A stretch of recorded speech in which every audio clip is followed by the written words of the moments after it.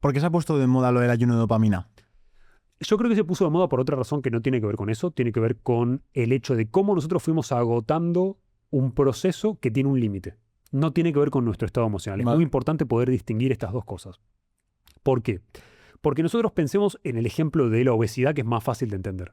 La vez anterior que nos vimos hablábamos de los Ozempic y hablábamos de cómo existe algo que se llama resistencia a la leptina, que básicamente la leptina es la hormona o una de las hormonas que va a regular tu saciedad y las ganas de seguir comiendo, o la gana de que vos digas, mira, ya comí un montón, no quiero más. Esa resistencia a la leptina, cuando yo voy generando a lo largo del tiempo, anula ese mecanismo de saciedad. Entonces, la leptina sigue existiendo en tu cuerpo, no desapareció. De hecho, mientras más grasa tenés, más leptina tenés. El problema está en que vos no estás pudiendo regular la respuesta y está teniendo poca actividad esa leptina, básicamente. Entonces, ¿qué sucede con la dopamina? Sucede algo parecido. La dopamina es un neurotransmisor que hace muchas cosas, de las cuales se habla de la recompensa como si fuese una cosa, perdón, como si fuese una cosa súper simplista, en realidad es súper compleja. La dopamina funciona para el control motor, funciona para muchas cosas más que la recompensa y la motivación.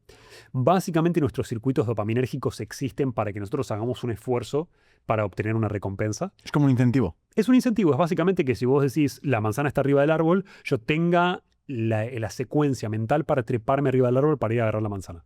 Entonces es muy loco porque de la misma manera que la luz, dependiendo del nivel de inclinación donde está, puede afectar mi actividad neuronal y excitarme más, si está imitando el cenit del sol arriba va a tener más estimulación que si está acá abajo, que si es un velador, por ejemplo.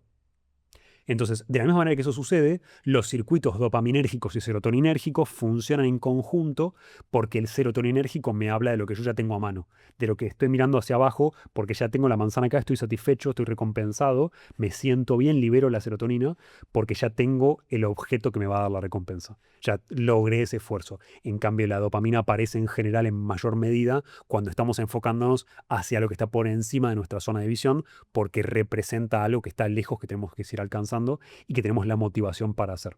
Entonces, desde un punto de vista hasta de postura y neurofisiológico, estar mirando hacia abajo no sería una buena idea para seguir estando motivados para seguir estudiando. Las redes sociales, el azúcar, lo que están provocando entonces es que esa dopamina se esté saturando, ¿no? Es como si nos estuviéramos pasando a beber cafés a la hora cuando hablamos de cafeína, por ejemplo. Si la dosis recomendada son 20, estamos haciendo 400 de dopamina. Lo que está sucediendo en esa situación son dos cosas diferentes. Vale, Una tiene que ver con la ingeniería de la atención y vale. otra tiene que ver completamente diferente con lo que pasa fisiológicamente en tu cuerpo. Pero las dos tienen que ver con la dopamina, ¿no? Las dos tienen que ver con la dopamina. Vale.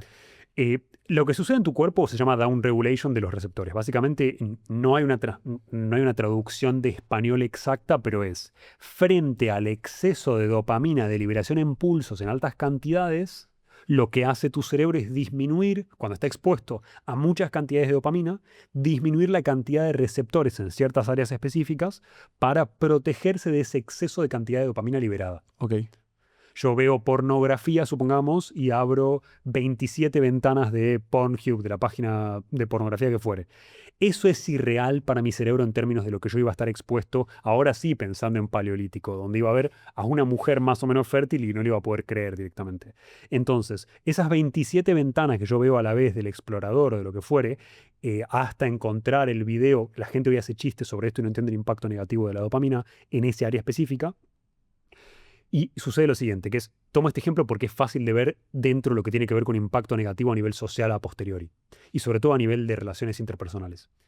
Cuando vos haces eso, vos estás expuesto a un nivel de estimulación suprafisiológico.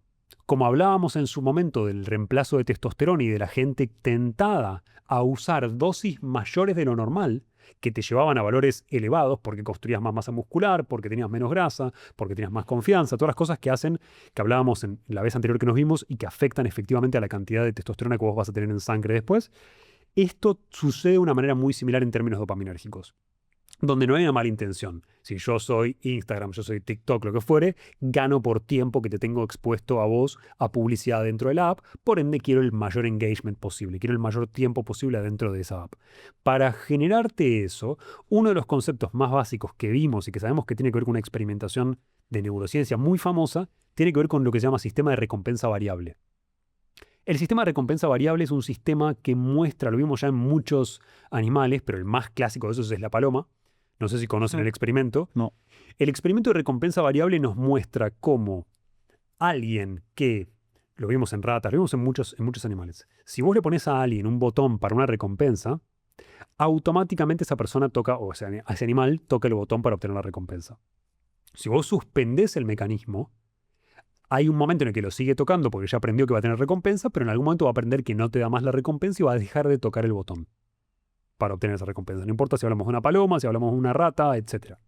Entonces, ¿qué es lo que termina sucediendo? Si usamos un método de recompensa variable, que significa de manera aleatoria que a veces el botón te da la recompensa y a veces no, el ratón o la paloma se obsesionan con el botón de la recompensa y dejan incluso de cumplir otras necesidades fisiológicas con tal de seguir apretando el botón de recompensa variable. Como el casino. Como el casino. Literalmente como el casino. Como la ruleta, en realidad, el casino, no sé cómo se llaman las máquinas que están... Sí, en sí, la España. tragaperras. Las se llama en tragaperras. España. Ese tipo de recompensa variable es particularmente grave para el cerebro de la mayoría de los organismos porque genera ese nivel de obsesión por la recompensa. Entonces, ¿qué hacen los sistemas de redes sociales? Empiezan a incorporar esos sistemas de recompensa variable de una manera natural. ¿Cómo? Haciendo aleatoria la información del feed que te va a tocar de tu red social. Entonces va a haber cosas que te recompensen y va a haber cosas que no te recompensan. Pero frente a esa circunstancia, vos vas a ir obsesionándote cada vez más con el uso de esa herramienta para obtener esa recompensa variable. Donde estás esperando eso, estás esperando esa recompensa, pero a la vez estás generando, por las veces en las que tenés la recompensa, ese down regulation, esa disminución de receptores. ¿Qué hace? Que antes vos te murieras de risa por algo que viste y ahora hagas... Qué Qué gracioso. locura. Entonces, eso lo que hace es que nosotros terminamos necesitando una estimulación suprafisiológica. Claro. ¿Por qué es más grave con el juego, obviamente online, y por qué es más grave con la pornografía que con otras áreas como los hidratos de carbono y los dulces? Porque con los dulces la elección es muy simple y tenemos mecanismos fisiológicos que compensan ese proceso. Por más que vos digas que no, cuando vos vas engordando, vos vas teniendo mecanismos de resistencia frente a eso. Tenés un límite, que es un límite que en pornografía o que en juego no existe naturalmente. Nosotros no tenemos una regulación hormonal de eso. Entonces, ¿qué termina haciendo eso? Que nosotros tengamos una disminución de la estimulación de esos elementos. Entonces, en juego significa más dinero para más riesgo, para más estimulación, y que obviamente representa un riesgo mucho más grave, y en pornografía eso significa que yo paso a categorías cada vez más graves para tener estimulación, que después ni siquiera se acaba el problema ahí. Después hacen que mi interacción con la persona que tenga, no importa si hablas de alguien que le gusta lo que fuere, en la interacción con la persona que vos tengas adelante, la estimulación no va a ser suficiente. Entonces, tenemos un problema ahí donde el down regulation, la cantidad de receptores disminuidos que vos vas a tener a nivel dopaminérgico, va a hacer que la cantidad de dopamina que vos liberes no sea suficiente para tener recompensa. Entonces, hacemos que la gente esté cada vez más alienada por ese requerimiento dopaminérgico. No es un tema de motivarte para que vos leas 10 páginas de un libro por día y que te levantes a la mañana y te hagas una ducha fría. No es un tema de eso, sino es un tema de entender cómo tu cerebro está siendo cada vez más víctima de esa circunstancia y va a tener cada vez más una consecuencia negativa desde un punto de vista de relaciones sociales, donde lo mejor que te podría pasar para mejorar tus relaciones sociales como hombre es probar una semana de no porno y no masturbación para que veas cuál es tu estimulación para ir a hablar a una mujer si no le puedes hablar a una mujer hoy. Entonces, esos factores son muy interesantes desde ese punto de vista, no por una cuestión ética o moral, hacer lo que quieras, por una cuestión de cantidad de estimulación fisiológica para que vos tengas ganas de hacer el esfuerzo real, que es algo que se va a notar cada vez más. Si yo tengo beneficios desde un punto de vista facilista, es lo que le pasa a la persona con el Ozempic. Si yo tengo un resultado bajando de peso, es muy difícil después tener la estimulación suficiente yendo al gimnasio cuando dejo el Ozempic. ¿Por qué? Porque la facilidad que yo tengo para obtener la recompensa es muy, muy, muy... Placentera. Sí, y simple en el camino fácil compartiendo con el camino difícil. Claro. Son igual de potentes como herramientas. Son como el lado oscuro y el lado Jedi, si querés. El lado oscuro es más fácil. Entonces, el aspecto negativo desde ese punto de vista es que, si bien uno piensa que puede, cuando la facilidad existe, es muy difícil hacer el esfuerzo necesario después cuando dejo de usar esa herramienta facilista.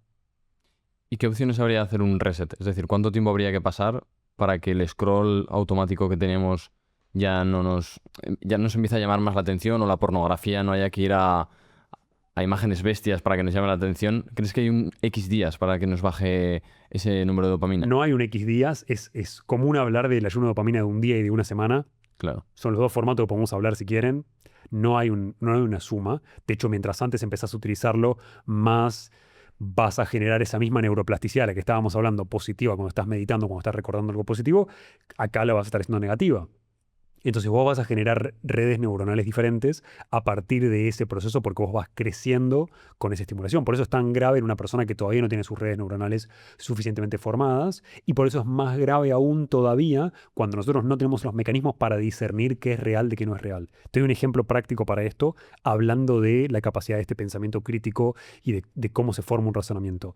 Hoy, cada vez más con Sora y con otras herramientas de inteligencia artificial para modificar videos, te vas a encontrar con creadores como ustedes o como yo, donde alguien, en general un estafador, tomó ese video, modificó con deepfake o con alguna otra estrategia el video y te habla de un producto para promover un producto como si fueran ustedes o como si fuera yo. Eso claramente es una estafa, claramente no es un producto que funcione, y en general te lo encontrás adentro de cuentas bots que hacen publicidad y que pagan publicidad en ciertas redes sociales. Esa herramienta es una herramienta clara de cómo, si no tenemos los recursos para prestar atención a estas cosas y perdemos atención, perdemos motivación como para de verdad analizar las cosas porque queremos el pensamiento facilista, nos hacen más propensos a caer en ese tipo de cosas. Que lamentablemente van a ser cada vez más porque son fáciles de hacer. Van a ser, ese tipo de estafas van a ser el mail del príncipe de Nigeria de hoy. Yeah. La pornografía creo que no está la gente tan concienciada con los efectos que tiene. No sé si es por un motivo de que suele ser un tema de risa, el tema del sexo, o incluso de ser más guay, no sé qué tiene que ver alrededor, pero no es algo como fumar, que aunque haya gente que fume, todo el mundo es consciente de que es malo. Hay gente que te llega a defender que la pornografía, pues oye, que tampoco pasa nada, porque de vez en cuando, o porque te ayuda, te hace una educación sexual. Me gustaría contar contigo cuáles son todos los efectos reales de la pornografía para poder concienciar a la gente de la realidad. Yo creo que la democratización de la información va a hacer que la gente lo entienda. Vale. Punto número 1. Creo, punto número 2, que educación sexual es muy diferente. Que podrías comprarte un curso de un actor porno que te enseña cosas y no sería pornografía en el sentido de que estás viendo cosas de manera explícita, pero estarías aprendiendo de verdad y no haciendo las cosas que existen, por si las dudas. Aclaro para la audiencia, si quiere mejorar en su performance, esas cosas existen, que no tienen nada que ver con lo que se ve bien en cámara. Claro. Entonces, esos son dos factores que son muy importantes. Y el segundo es que en general nosotros tenemos una dificultad que pasa por la motivación y pasa por la tolerancia a no solo aburrimiento, sino la frustración, que es algo que fuimos perdiendo a lo largo del tiempo por estos mismos mecanismos a nivel de neurociencia, que nos hacen más difícil sostener la relación donde vamos a poder llevar a cabo todas estas cosas. Entonces, eso exige tolerancia a la frustración, eso exige que uno practique, que uno aprenda, que uno encuentre esas dificultades y las vaya mejorando, y que uno se exponga a entender que muchas veces esas dificultades tienen que ver con fallas de uno y que necesitan ser mejoradas. Con lo cual, uno no va a mejorar viendo pornografía, va a mejorar practicando. Para practicar necesita una relación en la cual pueda practicar, no importa si es de una noche o si es de tu pareja de toda la vida. Necesita la confianza para llevarlo a cabo, necesita el deseo para llevarlo a cabo, necesita el parámetro hormonal y de deseo sexual suficiente como para que los dos lados lo quieran llevar a cabo. Esos son los procesos que realmente van a mejorar tu salud sexual en términos de pasarla bien. Ni siquiera estamos hablando en términos biológicos de salud y longevidad ni nada a largo plazo, que obviamente no son necesariamente correlativos a ver pornografía bajo ningún concepto. Es que está generando además una sociedad en la que, como tiene tanta dopamina en algo tan fácil de acceder y gratuito, lo que tú has dicho, está cortando la conversación, incluso el fracaso de interactuar con una persona desconocida y que no acabe en un resultado positivo, ¿no? Y bueno, también se me viene a la cabeza no solo con este tema más dopamínico, sino más bien con la parte del Tinder o con la parte de aplicaciones de aceleración de citas online, que evita una parte bonita de la vida del fracaso, de los nervios, de la espontaneidad, no sé. No puedo hablar del tema porque soy época pre-Tinder. Bueno, también lo que se puede hablar es la hipersexualización que hay, que ya la gente piensa que tiene que meterse en Pornhub o alguna cosa así, pero las redes sociales ya están hipersexualizadas. Ya la gente piensa que lo normal es ver casi los senos de una mujer o ver casi a un hombre desnudo, y también se está perdiendo esa magia de descubrir eso. Eso tiene que ver con la cantidad de engagement que se genera en redes sociales. Eso no es, yo creo que el factor más importante que tenemos que tener en consideración es que si no, vamos a posicionar las redes sociales como malvadas, y no es así. O sea, Ya. el Son algoritmo... poderosas, pero no malvadas. El algoritmo es consecuencia de lo que vos buscás. Yo creo que cuando la gente piensa en términos de, bueno, ¿cómo puedo estar mejor parado en el algoritmo de Instagram o de YouTube o lo que fuere? Esos algoritmos persiguen al deseo y la interacción y el contenido que las personas buscan mirar. Ya. Los algoritmos son representativos de lo que la gente quiere, no son creados por un malvado que está haciéndolo para que tus redes neuronales funcionen peor. Simplemente son consecuencias que te están mostrando qué es lo que la sociedad está buscando. Ahí hago de abogado del diablo, si querés, de YouTube, de Instagram, de TikTok, de lo que fuere. ¿Por qué? Porque si vos no buscases eso y vos no interactuases con eso, el algoritmo no te mostraría eso. Claro. Claro, pero yo aquí entro en... Discrepo un poco porque un chico de 12 años, 13 años, que es pura hormona, una hormona moviéndose, que no tiene control, de repente le salen 2 tetas y que nunca ha visto, y es que es normal que le vuelva a salir eso, porque se va a quedar hipnotizado, por así decirlo. Entonces, antes, volviendo a lo del paleolítico, era imposible ver eso una vez cada 5 segundos, y ahora lo ves todo el rato. Bien. Ahí el problema que tenés, obviamente, tiene que ver con la madurez del sistema nervioso, Claro. que pueda procesar eso y que pueda responder a eso de una manera razonable. ¿Por qué? Porque mucho del año que vos tengas como adulto, si empezaste a estar en todo este circuito, porque hoy tenés 50 años y empezaste a los 35, eso va a ser mucho más reversible que si vos te criaste con ese proceso, que hoy todavía ni siquiera entendemos cuáles son las consecuencias. Sabemos que va a ser malo, pero no sabemos cuáles son las consecuencias.